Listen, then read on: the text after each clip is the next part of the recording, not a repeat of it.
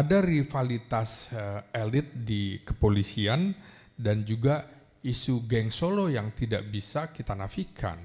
Geng Solo adalah perwira yang pernah bertugas di Solo pada saat Jokowi menjadi wali kota, dan kemudian pada saat Jokowi menjadi presiden mereka menempati posisi-posisi elit di kepolisian maupun di TNI. Nah, tentu saja posisi-posisi ini juga dan termasuk karir Listio Sigit Prabowo tidak bisa dilepaskan dari peran Presiden Jokowi yang memerintah selama 10 tahun itu. Sehingga anggapan loyalitas geng Solo terhadap Jokowi itu tidak terbantahkan hingga pergantian pemerintahan pun mereka dianggap masih bagian dari geng Jokowi. Sehingga loyalitas inilah yang menjadi masalah di institusi militer maupun di institusi kepolisian. Nah, tentu saja dari analisis politik saya menyarankan bahwa Presiden Prabowo harus segera mengganti Listio Sigit Prabowo, dan itu juga yang menggema di media sosial dan juga saran serta demo itu juga menuntut. Mengapa? Karena memang selama 10 tahun pemerintahan Presiden Jokowi, kepolisian dianggap sebagai anak emas, bahkan kemudian menjadi alat instrumen kekuasaan. Padahal ini alat negara, bukan alat penguasa, bukan alat pemerintah.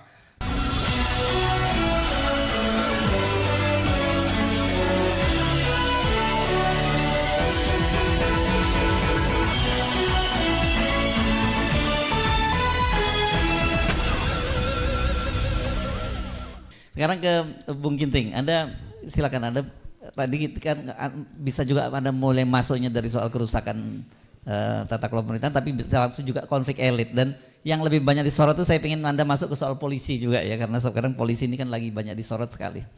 Oh ya, betul Bung Hersu. Kebetulan juga salah satu tuntutan demonstrasi kemarin juga adalah turunkan Kapolri. Selain itu di media sosial, di X itu justru juga mengungkapkan bahwa Polri pembunuh rakyat. Karena itu memang kita harus membedah juga bagaimana institusi polisi ini yang dipimpin oleh Jenderal Polisi Listio Sigit Prabowo selama 4,5 tahun. Tentu dalam analisis ini saya ingin membedah dari beberapa poin. Pertama, tentu saja ada rivalitas elit di kepolisian dan juga isu geng Solo yang tidak bisa kita nafikan. Geng Solo adalah perwira yang pernah bertugas di Solo pada saat Jokowi menjadi wali kota, dan kemudian pada saat Jokowi menjadi presiden mereka menempati posisi-posisi elit di kepolisian maupun di TNI. Nah, tentu saja posisi-posisi ini juga dan termasuk karir Listio Sigit Prabowo tidak bisa dilepaskan dari peran Presiden Jokowi yang memerintah selama 10 tahun itu. Sehingga anggapan loyalitas geng Solo terhadap Jokowi itu tidak terbantahkan hingga pergantian pemerintahan pun mereka dianggap masih bagian dari geng Jokowi. Sehingga loyalitas inilah yang menjadi masalah di institusi militer maupun di institusi kepolisian.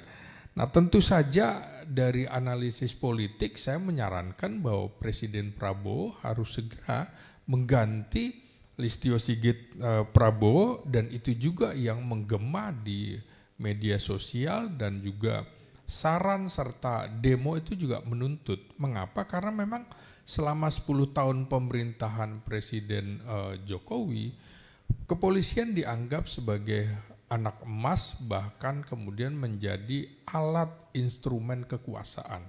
Padahal ini alat negara, bukan alat penguasa, bukan alat pemerintah. Nah, kemudian ada juga yang menyarankan supaya Listio Sigit tetap dipertahankan. Tentu hal ini dianggap untuk menjaga stabilitas menjelang Pilkada 2025 nanti. Kan ada Pilkada 2025 nanti, dan ini tentu saja akan berdampak pada dinamika keamanan. Kemudian yang kedua tentu saja ada ketegangan politik internal dan juga potensi pemicu kerusuhan yang kemarin demo-demo itu juga tidak bisa dilepaskan bahwa protes terhadap anggota DPR, betul itu juga dikemukakan, DPR justru menjadi alat pemicu kemarahan rakyat karena dianggap oke, secara legalitas mereka legal karena itu hasil pemilu 2024. Tapi secara aspirasi mereka sudah jauh meninggalkan aspirasi rakyat, dan tentu saja kasus meninggalnya Afan Kurniawan, driver ojol itu juga memicu kemarahan publik terhadap kepolisian, terutama kepada Korps Brimob ini. Tentu saja kita menjadi terbuka bagaimana ketidakjelasan arah dukungan internal terhadap Kapolri di dalam institusinya dapat membuat sebagian masyarakat juga melihat ada loyalitas yang juga akhirnya terbelah. Apakah harus tetap loyal terhadap Listio Sigit sebagai Kapolri? Karena ini sebenarnya bentuk inkonsistensi juga yang diperlihatkan kepolisian dalam penanganan unjuk rasa. Dalam beberapa kasus polisi dianggap sebagai aparat negara yang sangat represif, padahal tugas-tugas kepolisian justru kalau kita melihat tugasnya adalah keamanan ketertiban masyarakat dalam penegakan hukum dengan menjadi pelindung, pengayom dan pelayan. Mestinya unjuk rasa itu juga dilakukan, dihadapi dengan itu tadi. Bagaimana dilayani sampai kemudian Anda mau demo di mana, diayomi, juga dilindungi, bukan kemudian dihadapi dengan, kalau kita lihat di demo tanggal 28 Agustus itu kan juga dihalau, tidak bisa diberikan kesempatan, tidak diberi kesempatan untuk menyampaikan aspirasinya. Nah, kemudian tentu saja ada persoalan yang menarik lagi bahwa di dalam kepolisian ini terutama ketika publik melihat daftar mutasi perwira tinggi yang terakhir, terutama perwira tinggi bintang 3, itu kelihatan sekali bahwa terjadi konflik elit di lingkungan kepolisian. Hal-hal yang tidak lazim itu kan muncul. Misalnya Kepala BNPT, Badan Nasional Penanggulangan Terorisme, yang sudah pensiun kemudian dilantik kembali oleh Presiden Prabowo. Ini belum pernah terjadi. Kemudian juga Kepala Badan Nasional Narkotika itu juga sedang dalam perjalanan dinas ke luar negeri, tiba-tiba dicopot di situ. Ini mengingatkan kita pada kasus Kepala Bais dulu kan, waktu baru pulang dari luar negeri dari umroh kalau nggak salah, di bandara juga diganti. Itu siapa namanya waktu itu? Ilyas. Nah, itu juga sama. Hal-hal yang menurut saya kurang etis sekali. Begitu juga bagaimana pemindahan misalnya Komjen Fadil dari Kabar Harkam menjadi Astama Operasi. Kemudian itu berarti menyingkirkan posisi Fadil. Kemudian juga posisi Karyoto yang semula Kabar Reskrim kemudian menjadi Kabar Harkam. Dijanjikan Kabar Reskrim. Betul, betul.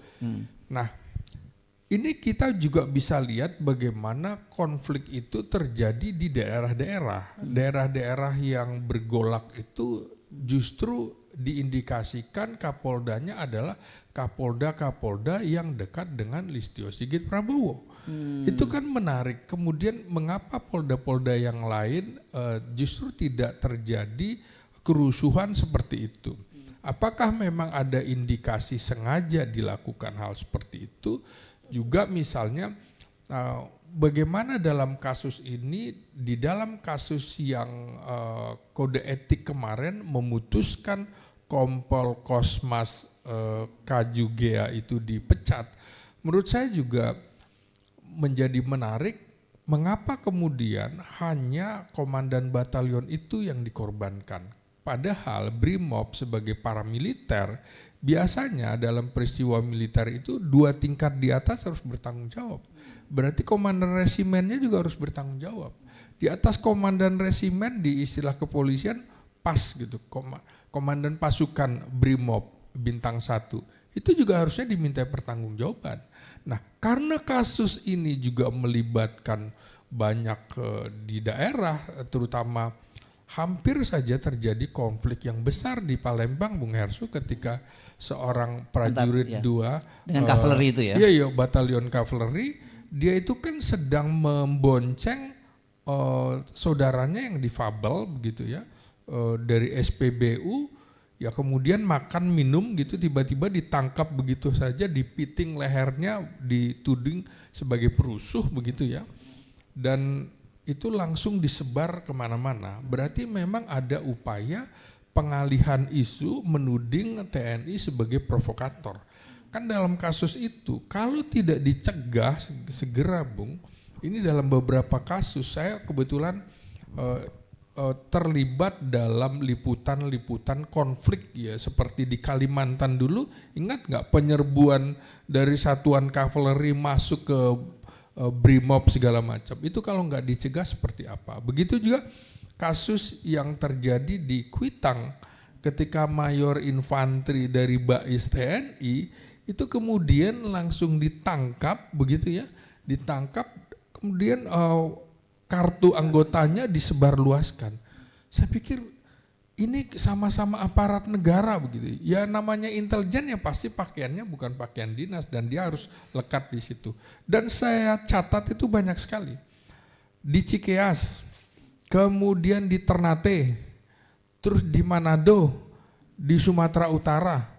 Tiba-tiba kemudian muncul isu darurat militer. Isu kemudian tentara harus masuk barak. Loh kok aneh gitu ya. Bahwa sumber masalah yang disorot masyarakat adalah ketika Polri itu tidak profesional dalam penanganan unjuk rasa, kemudian juga BRIMOB harus bertanggung jawab dalam beberapa kasus, kenapa kemudian dilempar ke yang lain-lain? Dan ini juga sama dengan isu 17+8, tiba-tiba ada TNI masuk barak segala. Saya bilang ini kok rada aneh ya, tiba-tiba muncul hari ini aja saya melihat di beberapa grup WA, tiba-tiba muncul isu soal militerisme, isu darurat militer. Menurut saya ini jumping conclusion yang tidak dipahami orang, bahwa di dalam Undang-Undang Nomor 23 tahun 1959 itu ada 4 tahapan: tertib sipil, darurat militer, darurat perang. Kalau bicara kekhawatiran darurat militer, tidak mungkin ada darurat militer tanpa didahului dengan darurat sipil. Untuk memutuskan sesuatu menjadi darurat sipil juga harus dikoordinasikan dengan DPR. Baru DPR menjawab kepada Presiden, apalagi untuk darurat militer. Itu parameternya di dalam kasus kerusuhan Agustus ini jauh dari memenuhi syarat untuk terjadinya darurat sipil apalagi darurat militer. Anda melihat itu sebagai indikasi adanya konflik elit? Iya, saya kira begitu. Jadi ini sebagai pengalihan isu dari konflik elit di tubuh kepolisian dilempar ke yang lain. Okay. Jadi ini Bung, memang tidak bisa dilepaskan bahwa ketidaktegasan Presiden Prabowo untuk segera mencopot Listio Sigit Prabowo ini juga menjadi sumber petaka di dalam institusi kepolisian. Karena akhirnya apa? loyalitas para Kapolda juga akhirnya juga bercabang-cabang karena melihat posisi Listio Sigit ini yang memang sudah dalam posisi gamang.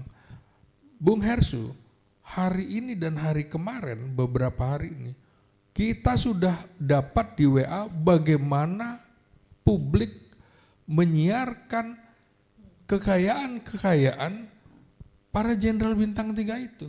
Punya rumah 25 miliar di sini, punya rumah 30 miliar di sini. Hampir semuanya. Artinya apa? Siapa yang memention itu? Ya dari lingkungan mereka sendiri. Konflik-konflik ini tidak bisa kemudian kita lihat bahwa ini tidak ada kaitannya dengan kerusuhan. Jadi patut diduga. Nah, sama dengan di dalam kasus ini, mengapa Presiden Prabowo yang lulus pada tahun 1974, dia harusnya melihat sebuah peristiwa malapetaka 15 Januari 1974, di mana Presiden Soeharto akhirnya mencopot jenderal-jenderal itu. Dan itu ada konflik internal di antara orang sekitarnya Pak Harto ya? Betul. Di situ ada terlibat namanya Jenderal Maraden Panggabean, Jenderal Sumitro. Yes. Jadi Panglima dengan Wapang. Ya. Kemudian Ali Murtopo juga ada, ya, Asus, yes. Iya, Aspri dan lain-lain.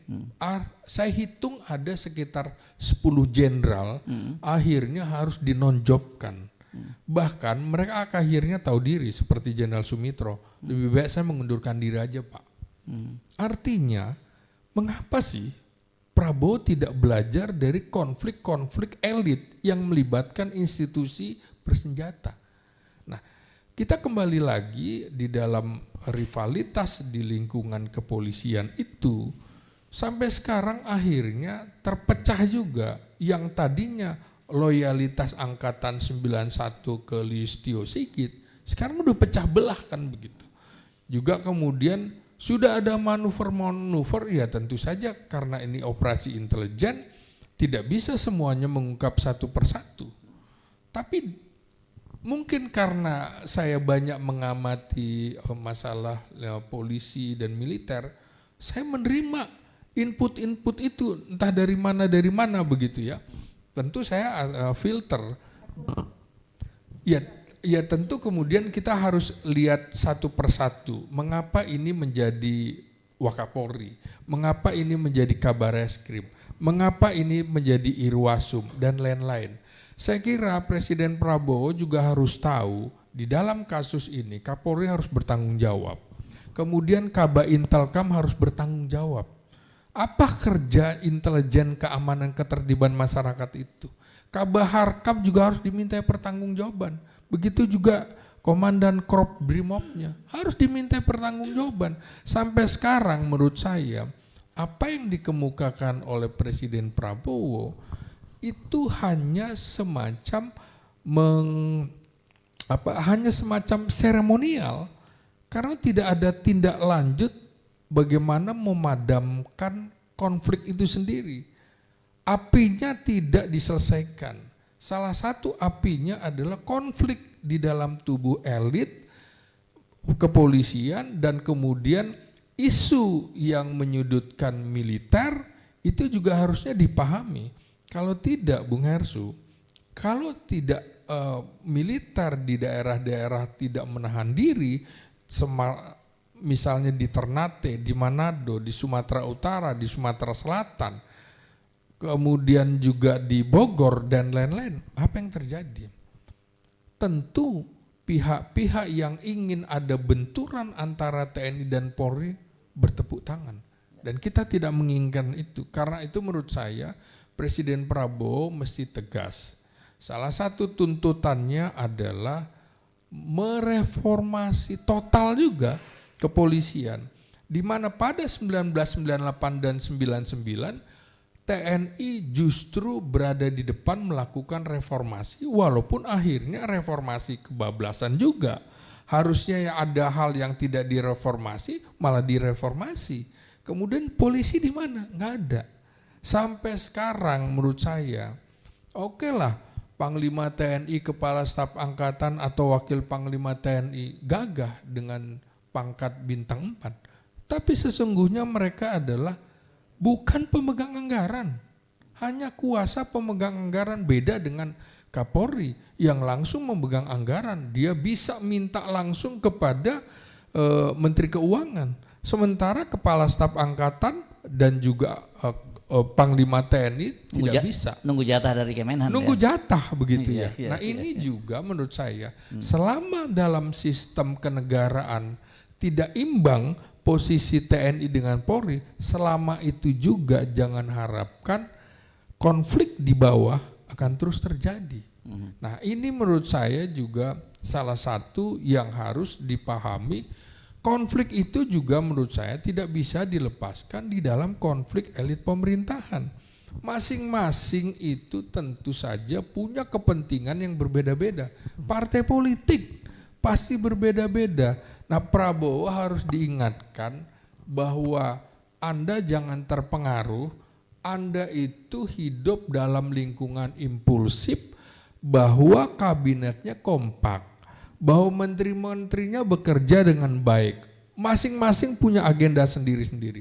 Mari kita lihat bagaimana sejak demo 25 Desember itu tidak ada dukungan dari partai-partai politik, baik di parlemen maupun di partai politik. Mestinya mereka ikut demo, mendukung, enggak ada. Dukungan 80% di parlemen cuma di atas kertas. Hanya di atas kertas. Nah ini kita harus bisa lihat bagaimana peristiwa yang terjadi pada Presiden SBY waktu itu. Dukungan hampir 80% juga tergerus. Nah Presiden Prabowo menurut saya harus paham bahwa pertemuan mahasiswa dengan anggota DPR kemarin juga itu hanya simbolis. Itu hanya gimmick politik. Karena nantinya yang diangkat kepada publik, mereka mengesankan diri seperti apa? Bagi saya mereka cuci tangan, Bung. Nantinya mereka satu persatu, oh kami menolak untuk tunjangan beras 12 juta rupiah. Yang satu punya kepentingan yang lain. Jadi mereka punya agenda masing-masing yang memang tidak bisa dikendalikan oleh Presiden Prabowo Subianto. Sama demo kemarin juga ada tuntutan turunkan Puan Maharani sebagai ketua DPR. Artinya kan di dalam juga ada yang ingin menjadi ketua DPR. Ya, bahkan rumahnya Puan juga bakal tadinya menjadi sasaran penjarahan juga kan. Itu artinya memang ada konflik-konflik di dalam. Makanya menurut saya ini juga tidak bisa dipisahkan dari kontestasi 2029 mendatang. Memang kesannya masih lama.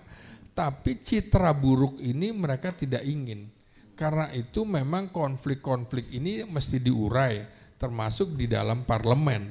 Harus diurai, harus jelas duduk perkaranya.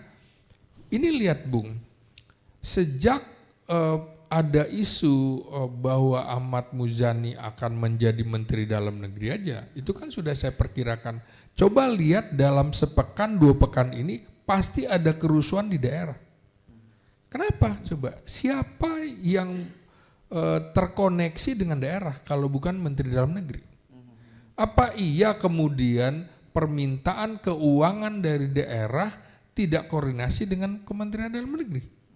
Apakah tidak berkoordinasi dengan Kementerian Keuangan? Ini Menteri Keuangan dan Menteri Dalam Negeri harus dievaluasi. Karena itu menurut saya ini momentum bagi Presiden Prabowo untuk merombak sebuah kabinetnya. Evaluasi semuanya, termasuk elit-elit di dalam pemerintahannya. Ini momentum untuk bersih-bersih, jangan takut dulu dari kabinet 100 menteri di era Presiden Soekarno, kemudian terjadi peralihan kekuasaan kepada Presiden Soeharto. Dia berani menetapkan sampai hanya sekitar 20-an anggota kabinet. Nah ini kita harus kembalikan lagi Indonesia ke second kabinet. Bukan kemudian kabinet, ini namanya menurut saya ini namanya kabinet terima kasih, bukan kabinet merah putih. Betul-betul terima kasih begitu. Sehingga ujungnya adalah betul-betul tidak profesional. Ini momentum menurut saya untuk bersih-bersih. Saya